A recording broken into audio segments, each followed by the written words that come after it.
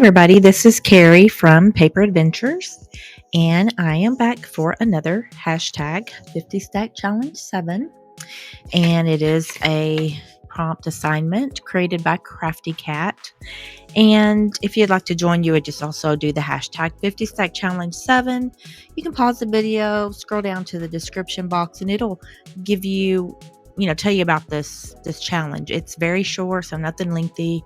I did use the challenge to build up my ephemera stash on the last challenge, which is really what she created it for, but you don't have to do it that way. You can do whatever you want to do, and I'm making a journal with mine because I want to use up ephemera that I've already created, so I'm not wanting to keep building or making more ephemera and just collecting it, Now, to give you an example, this is what the page that I did the last time, which was number 30. What was it? Yeah, 35 and 36. 35 was sanded, 36 was number. So what I did for the sanded part was I did put gesso all over here, and then I sanded it down a lot so then you could then see through it, through the gesso just a little bit. I wanted it to be where it was kind of faded and all of that. And then the number, there's numbers all throughout here, number here, numbers. Anyways, you can go back and look at that video if you want to kind of see, about this. So anyways, what number it is, 37 and 38 this week. 37 is watercolor, 38 is bird. Let me see, I need to get my paper together. Let me see here. Okay, I'm going to be...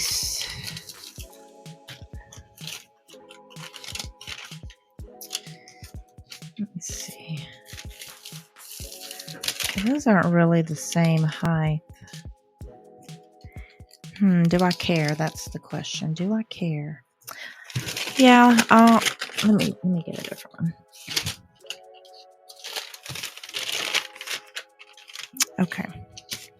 Okay, so I will be on one page or the other here, and I kind of explained why I have this in some previous videos, so if you want to go look at that to tell you how I'm putting these pages together. But let me make sure, is that all I was going to say? I feel like that's it. Yeah, I think so. Okay, so anyways, I am going to go ahead and jump into the video, and I'll kind of explain what I ended up doing at the end. So, okay, let's go ahead and get into the video.